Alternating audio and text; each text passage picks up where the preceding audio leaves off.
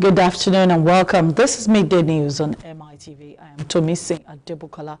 Following the incessant and unauthorized possession and use of police uniforms by some individual movies and skit makers, as well as the illegal sale of police materials by traders in shops, open stores not approved nor recognized by the police authority, the Nigeria Police Force has threatened to arrest those breaking the law. The IGP has equally frowned at the demeaning manner some movie makers or skit makers portray the police institutions in their movies and skits using the uniform without recourse to the provision of Section 251 of the Criminal Code Law and Section 133 of the Penal Code Law, which criminalizes such unauthorized use with accompanying necessary sanctions. Force Public Relations Officer CSP Muyiwa Adijobi said the IGP has charged all commands and formations, the IGP Monitoring Unit, Provost Marshal, X-Squad to arrest and immediately prosecute in accordance with the law all persons or groups of persons engaging in illegal sale of police uniform within their jurisdiction, while film and skit makers who portray the Nigeria Police Force in a bad light without applying for or being duly issued a permit letter for such portrayal to desist with immediate effect or face the full wrath of the law. The IGP reiterates the commitment of the force to guaranteeing compliance with law, as the force Public Relations Officer has been charged with the task of ensuring prompt authorization of all applications for approval of usage of police items in movies in tandem with the extant laws, and which will portray good values, impress positively on the Nigerian public and add value to the system, providing police officers with the modern innovation to actively carry out policing duties and on-screen role models would influence their lives and career, consequently improving the security mechanism in Nigeria.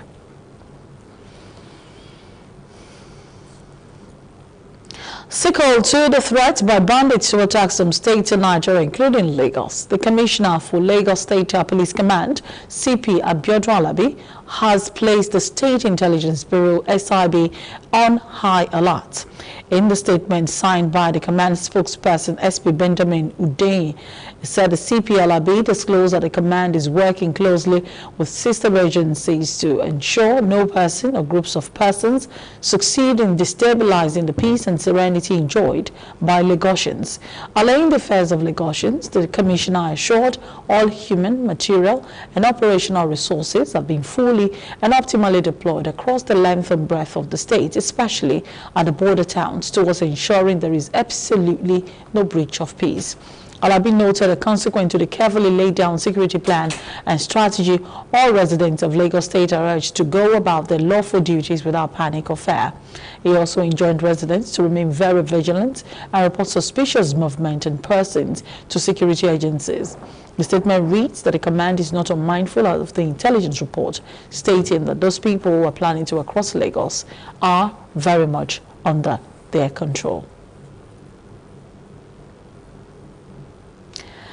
The Ààrẹ Ọ̀nà Kakanfò of Yorubaland, Ìbà Gani Adams, has raised the alarm on the worrisome spate of insecurity in the country, saying Nigeria is already sleepwalking into a collapse.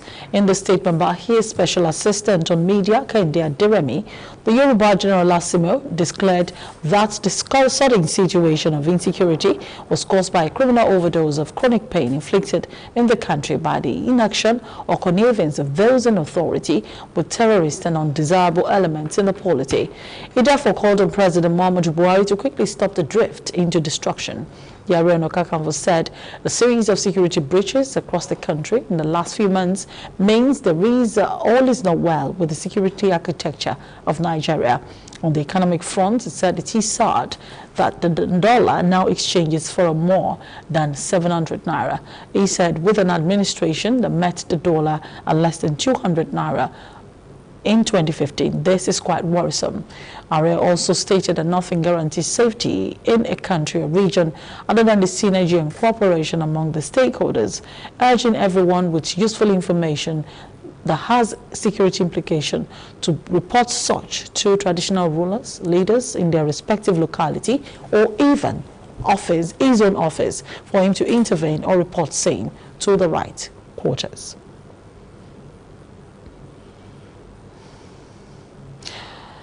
About 2,750,000 tablets of tramadol, about weighing 1,650 kilograms, worth about 1.375 billion naira, have been intercepted at the Apapa port in Lagos by operatives of the National Drug Law Enforcement Agency, NDLEA. The consignment packed in 55 cartons of tapentadol and carysprodol types of tramadol was seized during examination of a container number Sudu 7538656 on Saturday the 30th of July, following credible intelligence. The Director of Media and Advocacy, Femi Babafemi, who spoke to newsmen, said the interception comes on the heels of similar efforts by anti-narcotic officers at the Murtala Muhammad International Airport, MMIA Ikeja, that thwarted bids by drug traffickers to export various psychoactive substances to London, the UK, and the United Kingdom through the Lagos airport in the past week.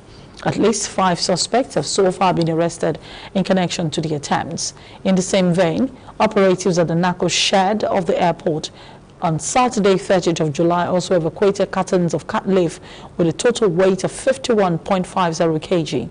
The consignment had earlier come in from Sierra Leone on Royal Air Maroc flight. The Chief Executive Officer of the NDLEA, Brigadier General Muhammad Marwa, retired, commended his officers across the country and advised them not to rest on their oars but remain resolute in the pursuit of the agency's goal of ridding Nigeria of illicit substances.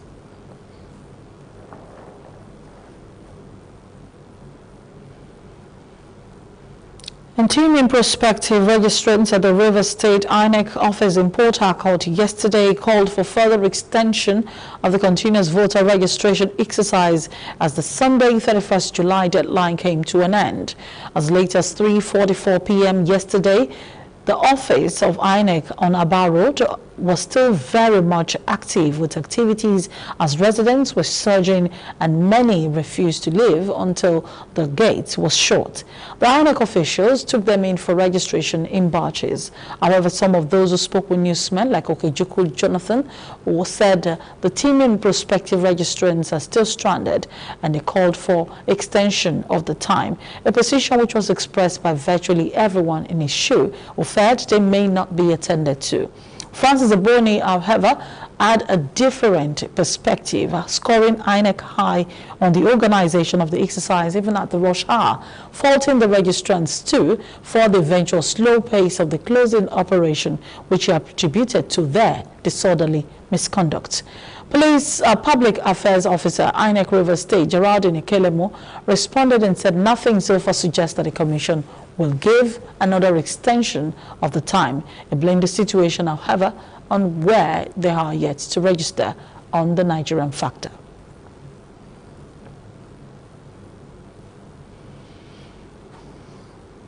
An Islamic scholar, Dr. Sahid Timei, has implored all Muslims to be firm in faith, stating that the only thing important in life is establishing a mutual relationship with God. Dr. Timei, the head of the Arabic unit of the Lagos State University, LASU, who announced this while speaking at the 2022 Thanksgiving and Welcome Back Hajj prayer for the returnees from the stable of Al-Hujjaj International Umrah and Hajj services on Sunday, said returnees need to check themselves in and out and have the fear of God and not intentionally make haram. Instead, remember the end time is near. According to him, Hajj is not compulsory unless one is given the opportunity by Allah, adding if one is given the chance, it is a blessing. As well as trials and coming back means one has the opportunity to rewrite the story and character. The chairman of Al-Hujjaj International Umrah and Hajj Services, Al-Haji Abdul Jalil and Nimashau, and the general manager admonished Muslims to believe and trust in God, and that one who knows God cannot be hindered from success. He advised the returnees to be of good character and be a good role model to people outside the religion. The general manager on his part, Al-Haji Lukman Olajobi, said that everything turned out to be a success, although the challenges were still faced. He had therefore told those who were unable to partake in the journey of this year to come for a refund if interested or leave it for the next coming Hajj.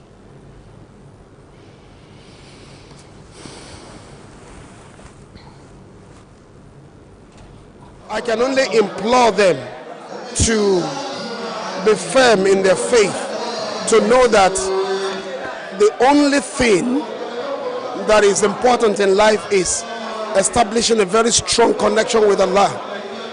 That is the source of your existence. Allah created you and He created us for a purpose, and that purpose is to serve Him, to worship Him.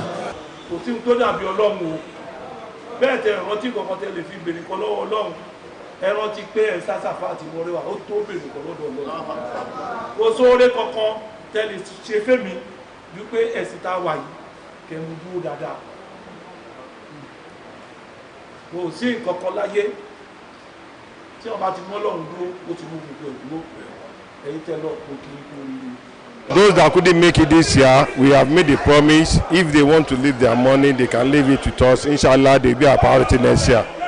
So I think everything is under control. They should just come here and be a good ambassador to the Muslim community. Some of the returnees that spoke with MITV News explained that their experiences in Hajj was a wonderful one, adding that they were grateful and honored to be part of the team. They commended the management of Al-Hujjaj International Umrah and Hajj services for keeping to its promises before, during and after the pilgrimage exercise to Mecca. Because of the level of experience they've had over time and the care they give to all their pilgrims all through the Hajj, both in Nigeria and in Saudi Arabia, they have the ability to take care of all needs for Hajj programs. I will always, without any reservation, I will always recommend Al-Hujjaj to all intending pilgrims whenever they are ready for Hajj program.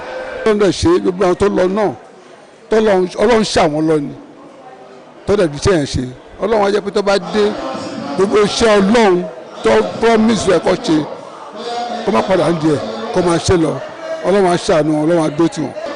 Ìlú yẹn wọn ò ní ròyìn ẹ̀fẹ́ ní kọ̀ọ̀kan ẹni tó ti lọ Ọlọ́run ní ṣe lẹ́ẹ̀kan ẹni tó tún wọn Ọlọ́run á ṣe rọrùn á jẹ́ ó lè lọ ṣùgbọ́n tẹ́mi sọ fọ́yàn ní pé kéèyàn jẹ́ kí wà òun kó pé kí iṣẹ́ owó ẹ̀ dáa tó bá ti rí pé láníyàn dáadáa Ọlọ́run á fún ẹ níṣẹ́ rẹ̀ ṣe wọ́n gangan wá ṣe láṣẹ pé ilé iṣẹ́ Al-Hujjaj kò wá ní bàjẹ́ o Al-Hujjaj ò ní tojúrú òkè lọ́ máa lọ wàrà fáná mọ̀kánná àlìyà. àmọ́ sí mọ́kà dùn gan-an ni ẹni tó bá lọ mọ́kà ló máa mọ̀ pé mọ́kà dùn gbogbo ibi tí wọ́n ń gbé wa dé kò síbi tá a dé tán gbogbo ibi tá a lọ sọ kò ṣe tání gbogbo ẹ̀ la dé mọ́kà dùn o kò ṣeé ròyìn kọ́ lóun ó ṣàánú ẹnì kọ̀ọ̀kan yín.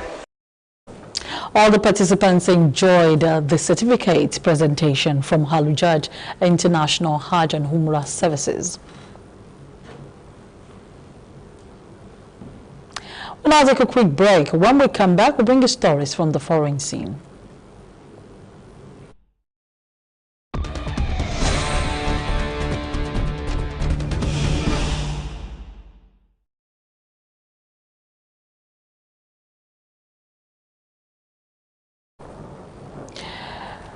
Welcome back. It's still the news at 12. Senegal voted on Sunday in the parliamentary elections. The opposition had hoped for a coalition with President Macky Sall and curb any ambitions he may hold for a third term. The 60-year-old Sall was elected in 2012 for 7 years and then re-elected in 2019 for another 5, has been accused of wanting to break the 2-term limit and run again in 2024. He has remained vague on the subject, but any defeat of his supporters in the vote could upset such plan. The polling stations opened at about 8 GMT and closed at about 6 GMT. That's about 0800 and 1800. About 100 people, mostly elderly people, queued up to vote at the polling station located at a school in the Dakar suburb of Mbao as police kept watch. Others, like Yaya Sol, a retired soldier, society hopes that the new parliament will have a strong opposition presence to advance the democracy of Senegal. The National Election Commission also deployed about 20,000 observers nationwide for the election. We will bring you details of the Senegal parliamentary election after this break.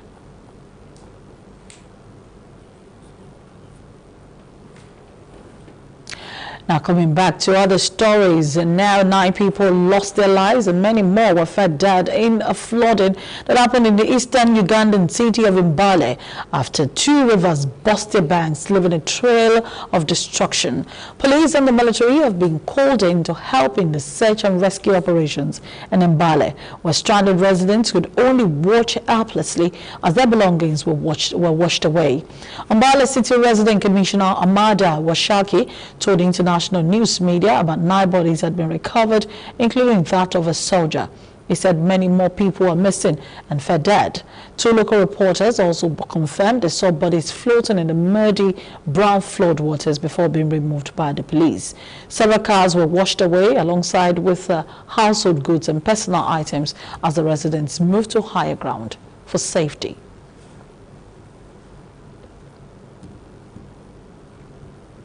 Moving out of Africa now, former Philippine President Fidel Ramos, who oversaw a rare period of steady growth and peace in the Philippines that won him the reputation as one of the country's most effective leaders ever, died at the age of 94 on Sunday. Known as Steady Eddie for his unflappable demeanor during the country's regular moments of upheaval, he was frequently pictured chewing unlit cigars as he guarded the country with a sure hand from 1992 to 1998. A career military man who never previously held elective office, his professorial conduct was unlike the bombastic image of many Filipino politicians. He was also the first Protestant to win the top office in the overwhelmingly Catholic nation, despite opposition from some in the church. He later made an aggressive push for family planning to rein in rapid population growth. But like other top politicians, Ramos played a role in the dictatorship of Ferdinand Marcos, which saw thousands of people killed and thousands more arbitrarily imprisoned. Another crisis happening in the Arab nation of Iraq. Supporters of powerful Iraqi Shia leader Muqtada al-Assad have erected tents and are preparing for a long sit-in at the Iraq parliament, deepening a month-long political standoff. On Saturday, supporters of the firebrand al-Assad forced their way into the legislative chamber for the second time in days after October elections failed to lead to the formation of a government. Assad's movement said in a brief statement to journalists carried by state news agency INA that the demonstrators announced a sit-in until further notice. Nearly 10 months after the October elections, Iraq is still without a new government despite intense negotiations between factions. Government formation in the oil-rich country has involved complex negotiations since the 2003 invasion by the United States, which toppled Saddam Hussein.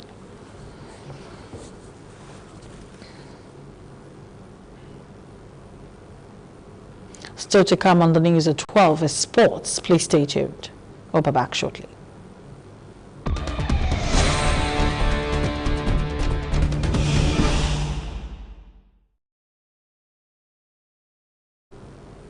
Welcome back.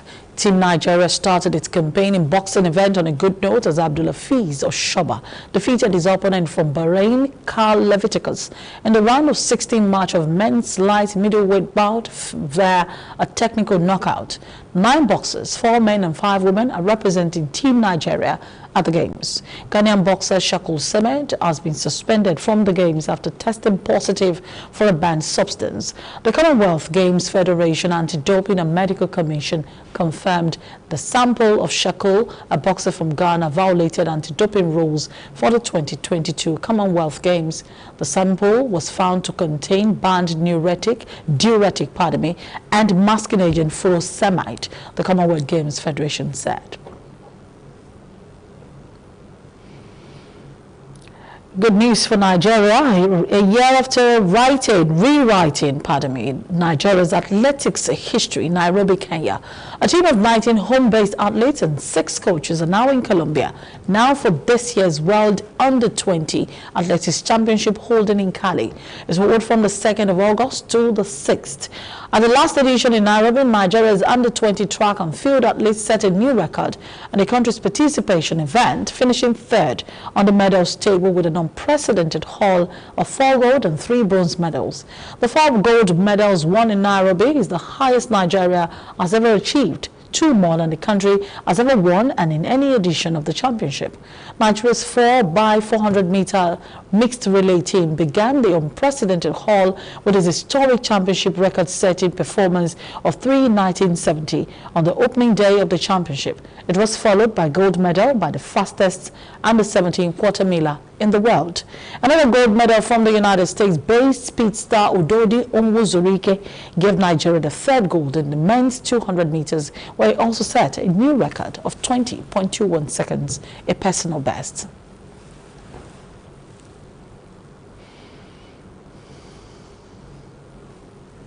That's it on our news at 12. Today we'll bring you more stories in our subsequent bulletin. Join us at 6 o'clock for news updates. I am Tomi Singh Adebukola. Good afternoon.